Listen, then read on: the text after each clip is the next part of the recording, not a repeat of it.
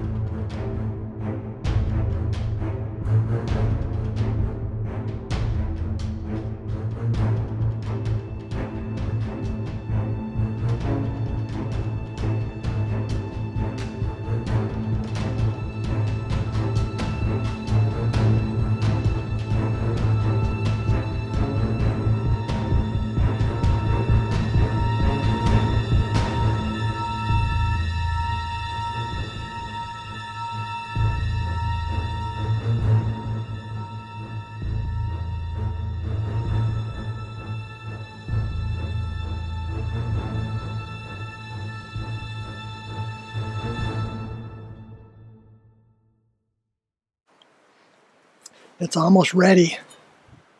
Look at it in here. Ooh, it's hot.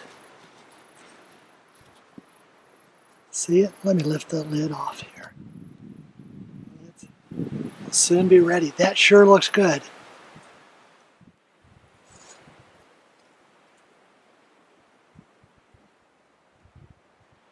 Look, they're done just right. Look at that crust and the chicken underneath. Mmm.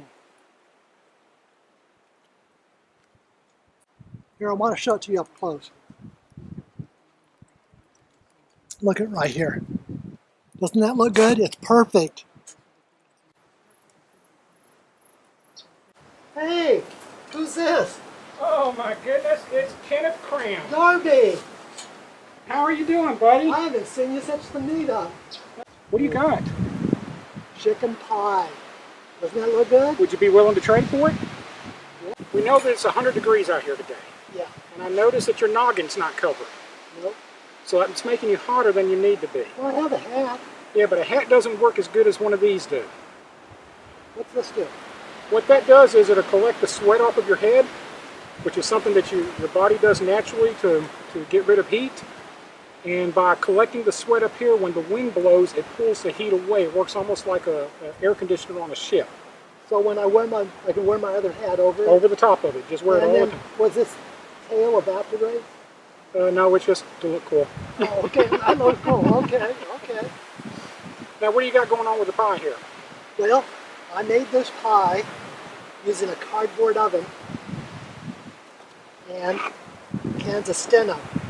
You never thought Steno cans would get hot. Can Sterno get hot enough to cook that? Yeah. Look what it did. Well, it's still hot, too. Well, I'll tell you what I'm going to do. I'm going to take this back over to my camp, which is about 15 yards that way, and eat it, and I'll be back in a little bit to visit after I get my stool, because I'm too big and fat to be sitting on the ground like you skinny guys. All right? I brought something. This is something that I carry in my pack. It's real light. It's stainless steel. I use it for all of my cooking. I can use a fire pit, a fire trench. I can use pretty much any way to put it on the ground, and it's so flat that it just slides right into any pack. And I have an extra one, so you can have that one. Well, thank you. Bet. I appreciate it. You know, I make pit fires all the time, and I don't have grates that are the right size. Right. And the fire's usually too wide to just put a cup on it to cook. Right. And this is just right. This is fantastic. Works really good on Dakota fire pits. We don't have to worry about cold down here at all. You know, I didn't bring a sleeping bag. I actually brought one, but I don't sleep in it. I sleep on it. You know, I have a sleeping pad. That's all. I have a sleeping pad too. Yeah, but you're in a tent. Yes. And you know, I'm in a hammock. You're going to be a lot cooler than I am in that Hey, hammock. can I go look at your tent? Sure. Let's go look at it. Okay. I'm going to put this right here, and I hope nobody steals it. You know, when the javelina decides that looks If tasty. he wants it, he's going to have it because I'm not fighting for it. You are really right next door. Yeah. Well, that's a nice tent. Yeah, I did a video when I first got it. So I'm still in testing phase on it. It'll probably be a couple more months before I... Is the video on YouTube? Yes. Okay, well, I'll put a link to it. Cool, I appreciate that. Now this is an Eagle camp. Yeah. It looks like it's well ventilated. Yeah, it's super ventilated. It's ventilated in every direction. Hey, this is a nice haversack. Yep, I just got that. Oh, what a nice blade. Man, you've got good stuff. I'm working on it. Okay.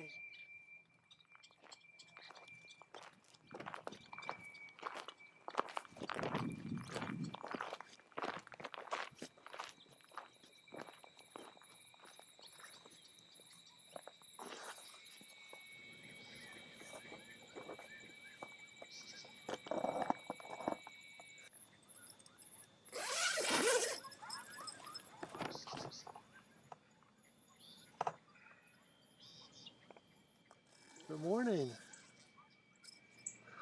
I had a good night. You know, there's nothing like sleeping in a hammock and then watching the sunrise.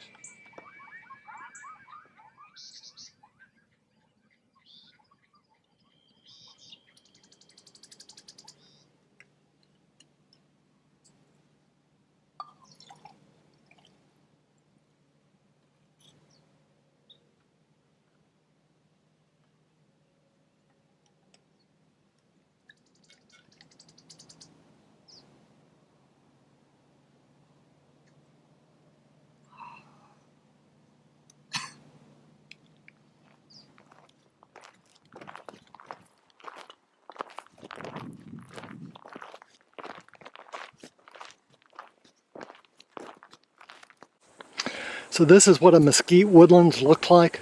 Mesquite brush. Mesquite brush. It's certainly different than the piney woods. Oh, yeah, let me tell you this. Welcome to my home. Welcome to your home.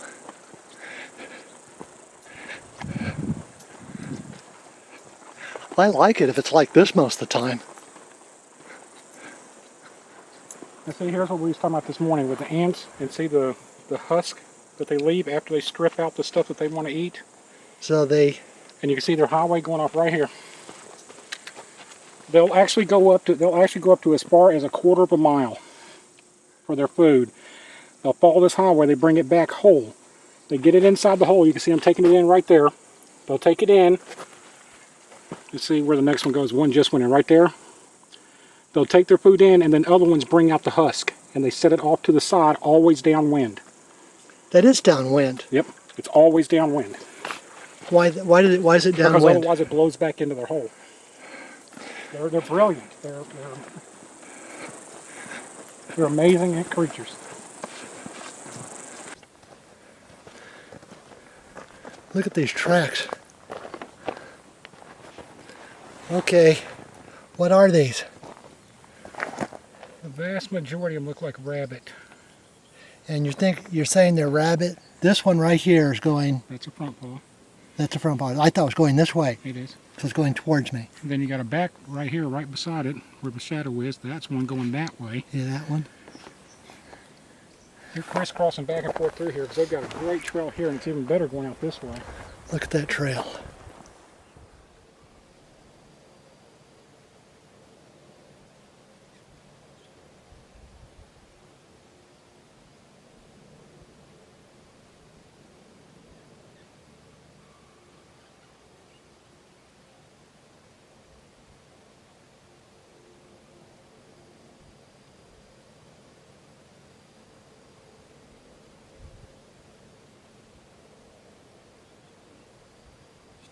Yes. Native Americans, that rabbit, of course, was a large part of their diet. They would use it as a filler. It was just a meat and a consistency and taste issue. It was not so much for a nutrient issue. And that's where they get into the seeds and other stuff that they would put into their stews to get the nutrients that they needed. In your classes that you teach, do people walk like this and you just talk about what you say? Nature walks? Yes. And actually, I'll start just talking about this stuff, and then I stop talking. Because once you get the average person that's interested in bushcrafting or outdoors, once you get their mind adjusted to looking for it, once you get your mind adjusted to looking for it, it becomes automatic. You know, there's an old rule, hunting rule. It's just where a tree fell over. There's an old hunting rule. When you're hunting for, say, deer or hog, always look for horizontal. Nothing in nature grows horizontally, but the backs of deer, the backs of hogs, the backs of goats are always horizontal. So once you get the students trained looking for it, you'll be amazed how many times they pick out animals when you're walking there. And it's the same thing with the tracking and scats. Once you get them looking for it, then it just comes down to a question and answer session. They'll be like, what is this? Which way is this one headed? Because they start spotting them, and that's when it gets exciting. Okay, the game trail goes across here. And you notice they're avoiding this little bit of grass, and it splits right there. And then the same thing over here. Let's see if I can do the shadow thing again. Right here. You can see where they curve to go in between the tufts of grass even. Anything, it doesn't matter how minor it is, they will avoid it. And you can follow that path right through the tufts. And so if you want them to go into a snare, you put some obstacle in the way that'll cause them to go around it? Yeah, you can take something as simple as twigs. And like if I was going to do it, I would do it here where you got both paths going. But you do it here, put in a row of sticks. You can even lay stuff. You can stack it on its side. And they will go between it to avoid it. Hang your snare down from the top, and they'll go right through it. So I've got to show you this hatchet. Yeah. Mainly it's the history of it to me. Right. Well, I've had a great time, but I got to take off. You going to stay another day? Yeah, another day. Enjoy the warm weather.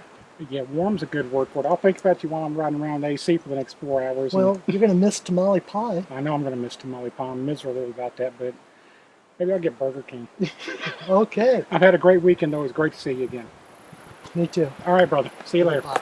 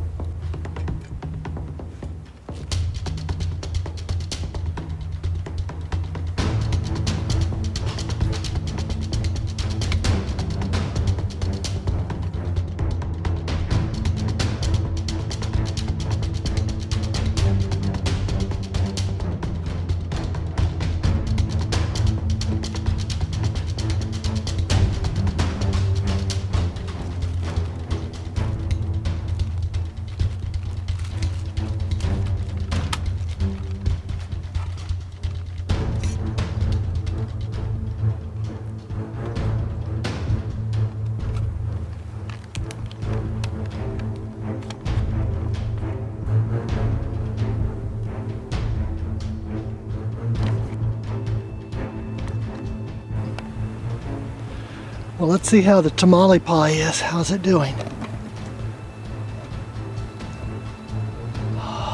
That's looking good. I'd say another 15 minutes or so and it should be done.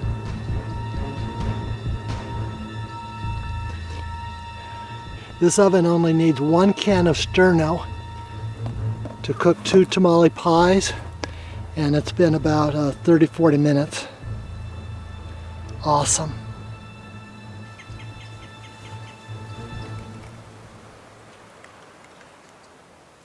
Doesn't this tamale pie look good? The crust is done just right. It's golden brown. Mmm.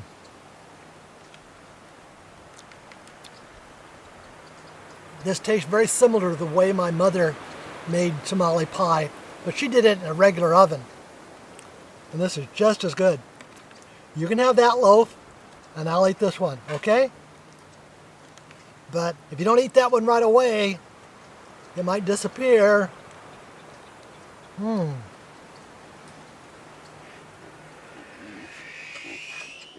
I think you enjoyed yours. They're both eaten. I know mine was good.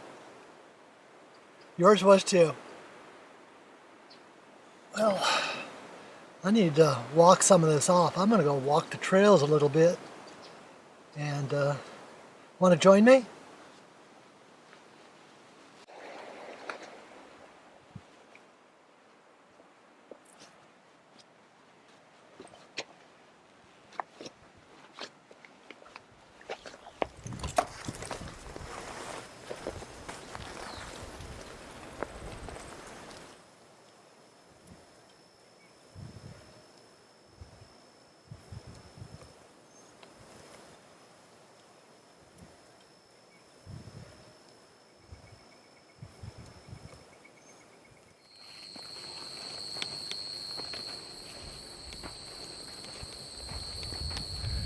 Home sweet home.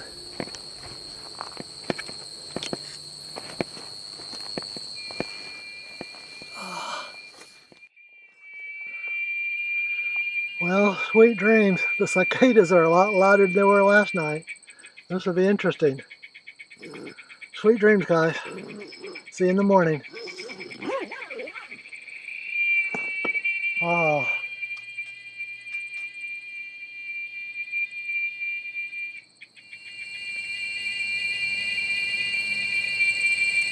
I wonder if they're ever going to shut up.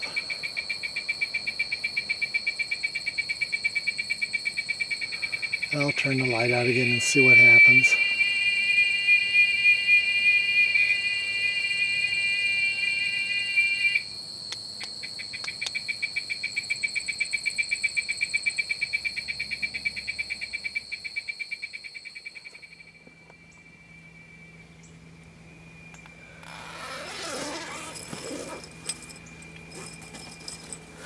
Hey, good morning.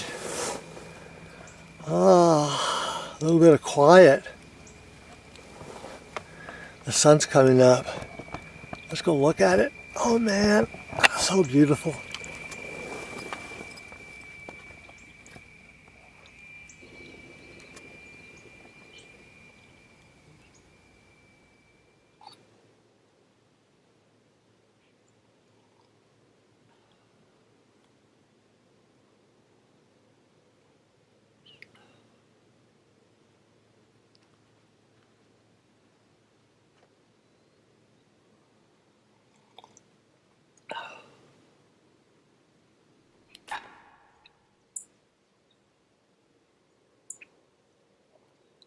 Until next time, peace.